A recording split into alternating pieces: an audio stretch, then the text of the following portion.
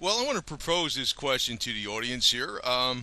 Just a little food for thought because I just want to think outside the box. I know history is one thing, but let's look a little bit at history because we don't want to make mistakes from the past, do we? Just want to propose this question. Can the USA secede from the United Nations, secede from NAFTA, secede from the future Trans-Pacific Partnership, or secede from a new world order? Would be allowed to do that if we voluntarily joined NAFTA or the Trans-Pacific Partnership, or voluntarily joined the United Nations? Actually, the United Nations actually funded the United Nations, or if there's a new world order in the future and we are voluntarily joined into it, would we be allowed to secede? Reason I'm proposing this question is because, when you think about the war between the North and the South, a lot of this is the same type of issue. Could you imagine, and of course we got the people on the top that are running the show all over the place, the puppets on the string, the global world leaders. But wasn't it like that, except on a little smaller geographical area when you're talking about in the USA, when you're talking about Wall Street in Washington, D.C., how, they were joined at the hip even back before the war between the states. There was things going on. Now we look at globalist policy, the case for the carbon tax. Now, this was an article from New York Times. It's, just an abbreviation of it from 2015. Now, think about why the South seceded from the Union. It was over taxes. And I'm going to tell you something else, too. Because if you don't believe that, and this is where some of these things really don't add up the way these liars are pushing history. And I know they're pushing history a certain way to divide people up. But, look at the case now we have recently with Andrew Jackson on the $20 bill, right?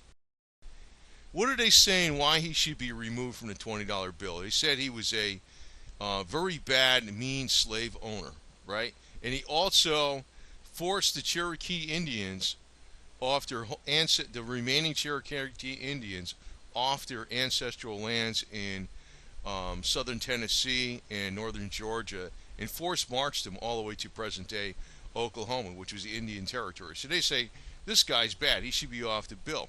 Now, I'm going to tell you something else about Andrew Jackson, which I know he fought the centralized bank and Nicholas Biddle and won against the Central Bank of the U.S. He was the only guy that paid down the national debt and all that stuff. I know that.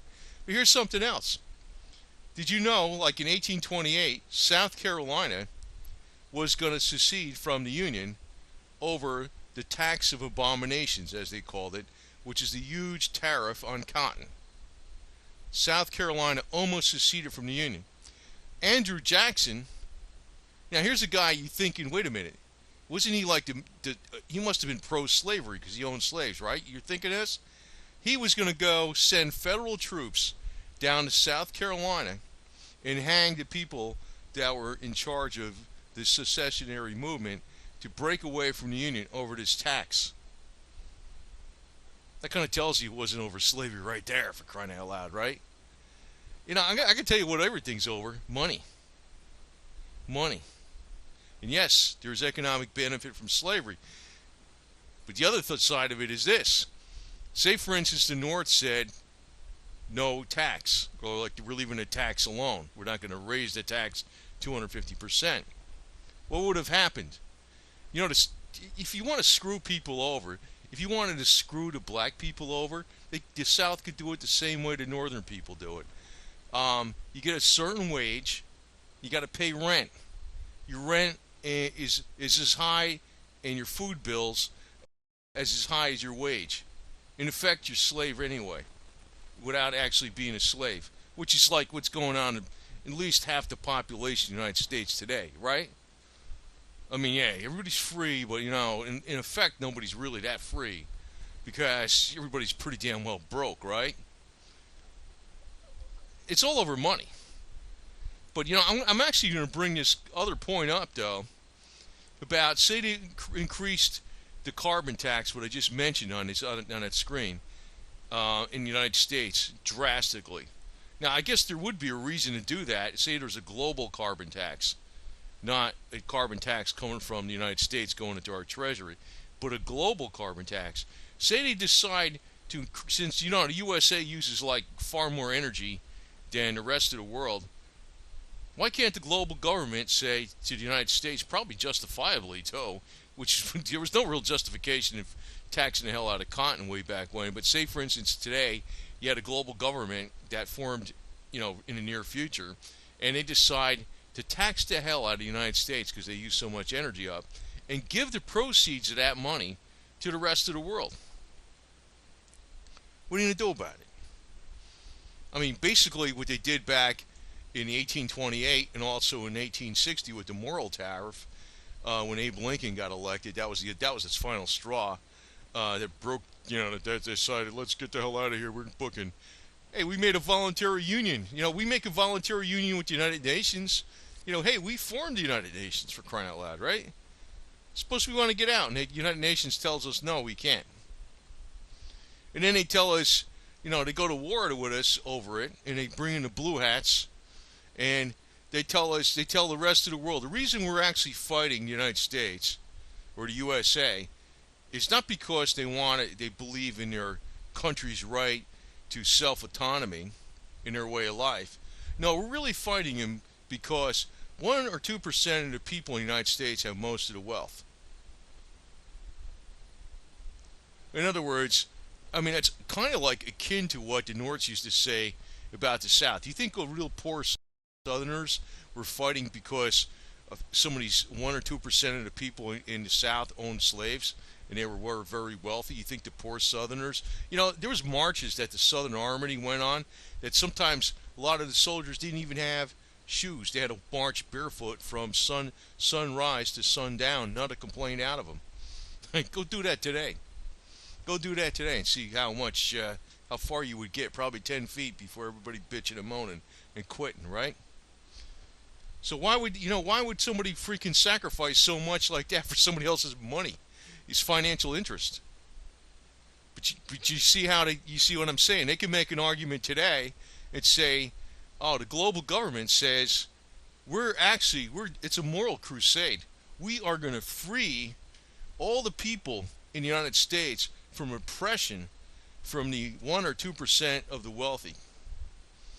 That's why we're going to blow the whole place up, right?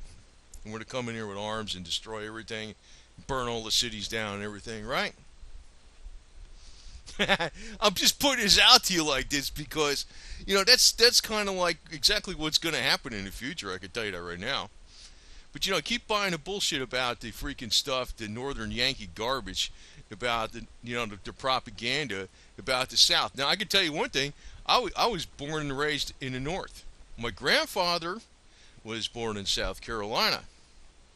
And all those before that were South Carolina. And actually, they finally go back to Virginia, to the second settlement in Virginia in the 1600s. If you go through my namesake all the way back. And also to the American Revolutionary War and all that. And actually, I'm showing a picture of the Cherokee Indians who fought for the Confederacy. The Cherokee Indians fought for the Confederacy too. I mean, part of the reason was, I don't know, maybe they were instilled with Southern way of life or something or whatever. But they justifiably were pretty much, they did figure out that, since the Confederacy was about people's being allowed to secede from the Union and be independent, they figured they had a better shot at staying Indian territory versus being turned into the state of Oklahoma. And under the Confederacy, they figured they had a better shot at being autonomous. And, that turned out to be correct, right?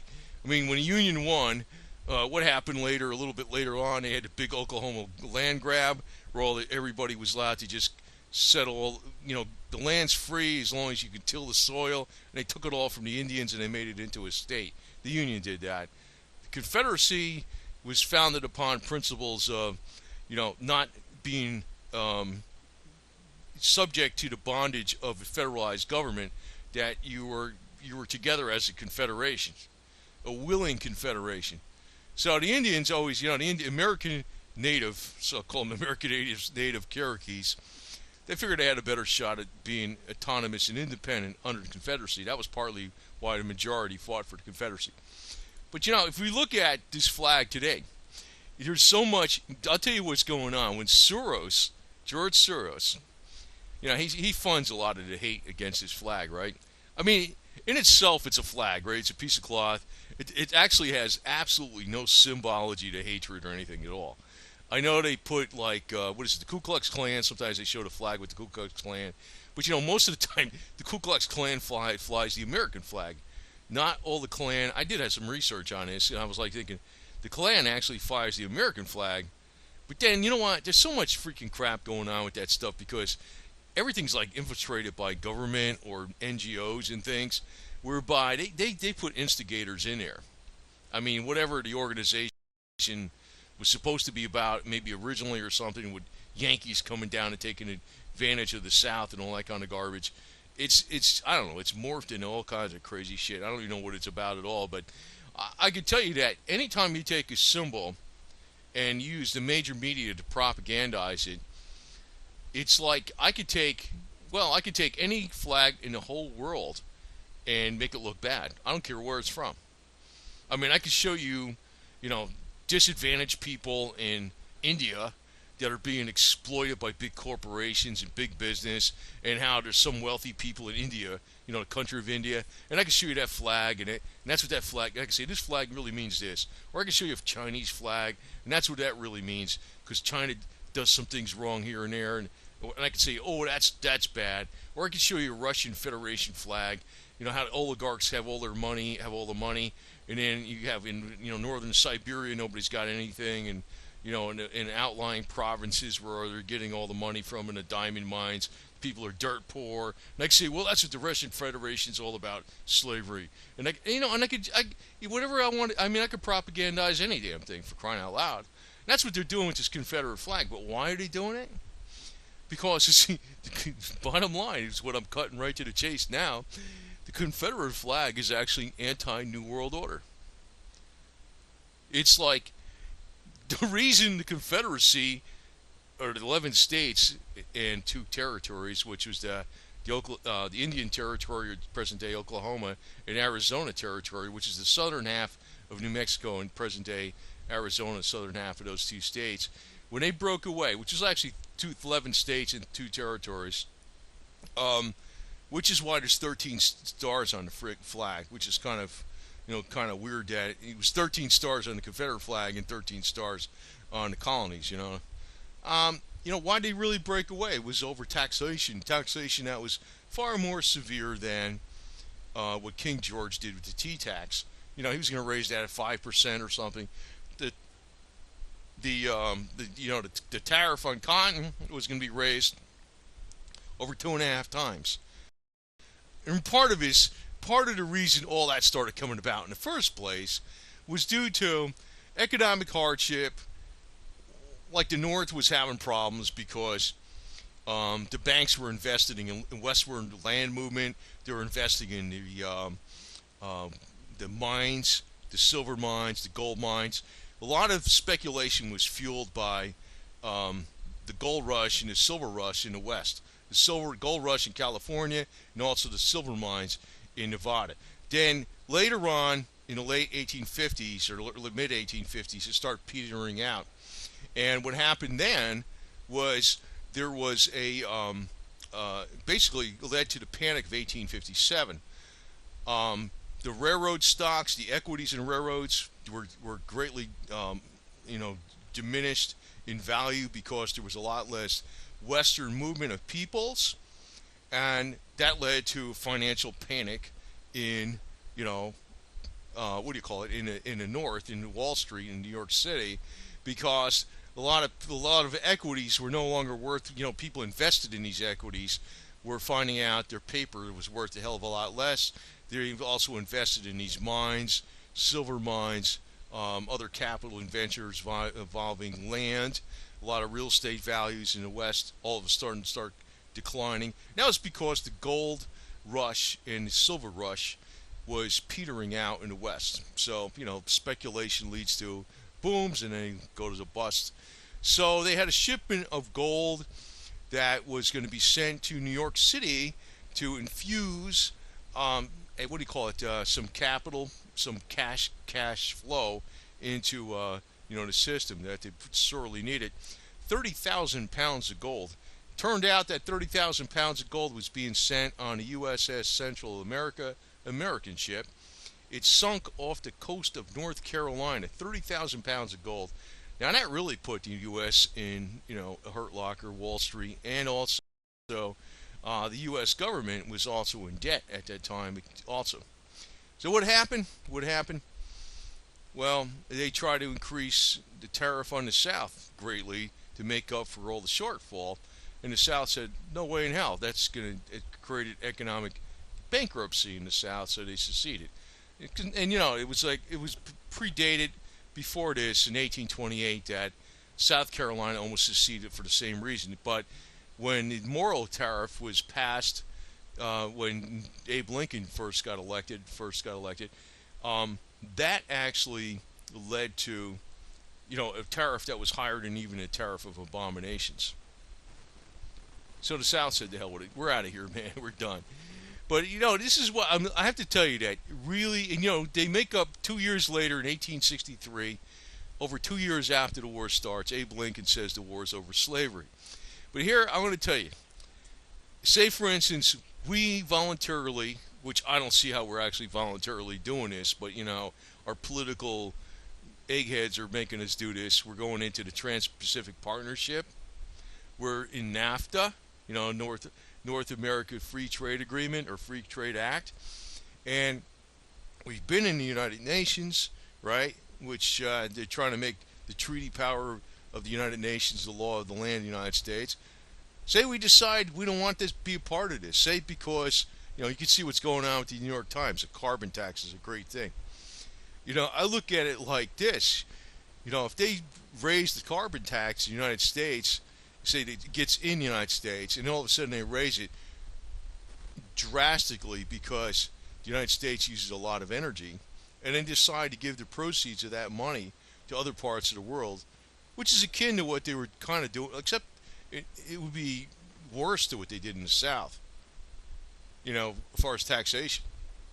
When they were taxing cotton, I don't know what the hell they just figured they'd pick on the South. I don't know why the hell they were doing. Well, they're always doing that shit. They were always taxing the hell out of the South and using the money to help the North.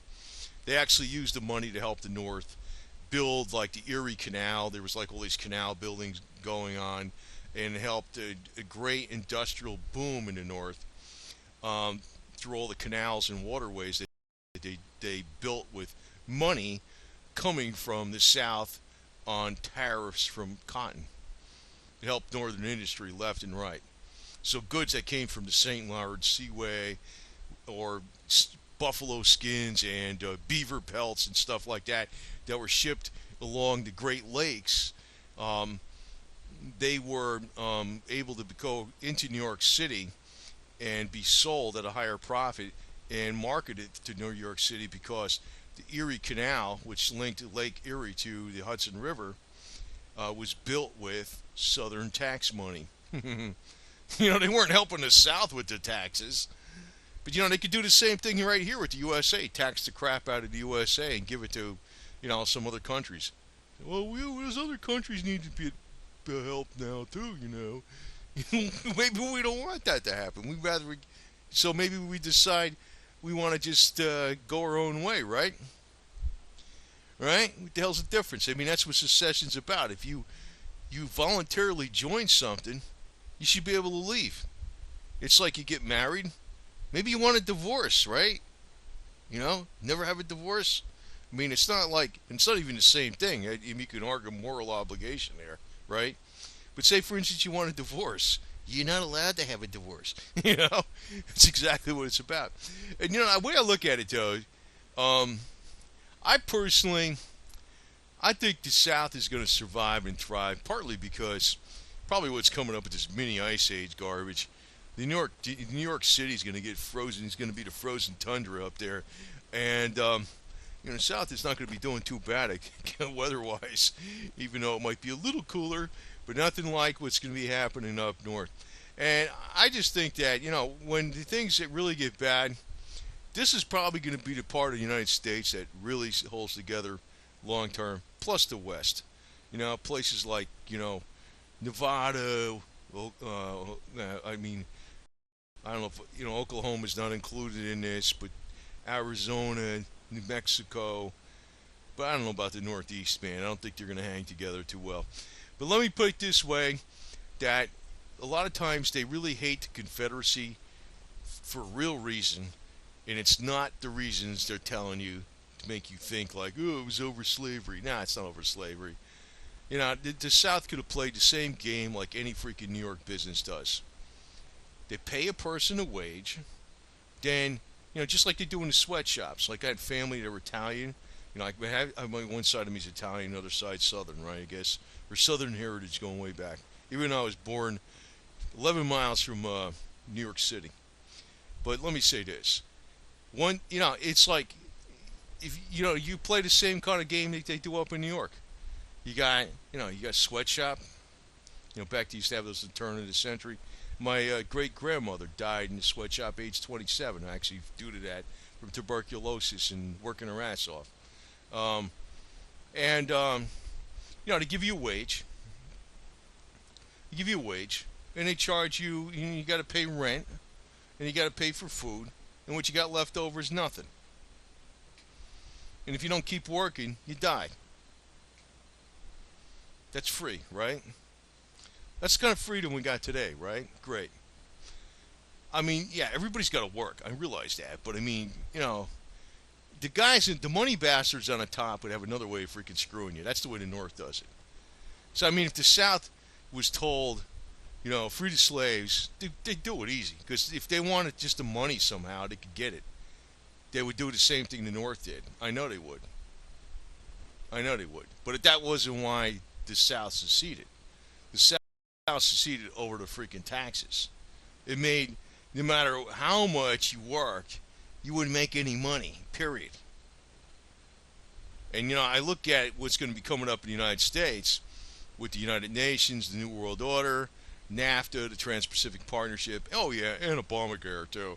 We'll throw that in there. Obamacare, the Affordable Health Care Act.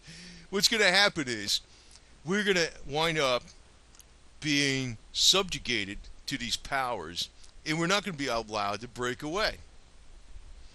Now go tell people you don't want to be part of Obamacare. Okay, it costs you $900 something, right? Yeah, there you go. Wait a minute, I don't have $900 something, right? So what the hell? I mean, what can I tell you, man? It's a game. These guys, and that's why they hate the Confederacy, because the Confederacy was like, you know what the Confederacy really stands for? Freedom. Anti-slavery. We ain't listening to the guy on the top. Screw the New World Order. Screw the freaking pinhead freaking, back then they used to wear top hats, really high. The higher your top hat, the more important you were. That's how the elitists used to be way back when. Here you think Confederate soldiers that, most of the Confederate soldiers never owned a slave, man. You think they're going to go march like 25 miles barefoot and go freaking fight up against the Yankees because some rich bastards in the South owned some slaves?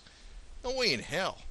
They realized what was going on. They realized that the economic hardship that was being caused in the South by New York City basically inspired taxes. Because you know who freaking put up Abe Lincoln, right? And Abe Lincoln, there's a whole other story on this guy. There's all kinds of bad stuff this guy did. I hate to break your bubble, but the guy was not too swift. I don't think anybody's that swift, to tell you the truth. No matter who the hell you dig into, no matter how good they are, there's always something wrong with somebody. But, and like I got to mention that again, with Andrew Jackson. Andrew Jackson is supposedly going to take him off the $20 bill because he was a mean slave owner. I'm not sure if all that's true or not, because the way they are freaking rewriting history left and right, I was like, I know he's a slave owner, but I don't know what the hell you're talking about. I mean, everybody was a slave owner. They could take everybody off the bill. George Washington, Jefferson, the whole 9 yards. They could take, they could freaking, I mean, they ought to excommunicate the Saudi family too while they're at it too, because they're a bunch of slave owners. Even recently, actually, you don't even know that. Back in the '60s, even in the '60s, the freaking Saudi family used to have slaves tending their many hundreds of kids. Yeah, you know that.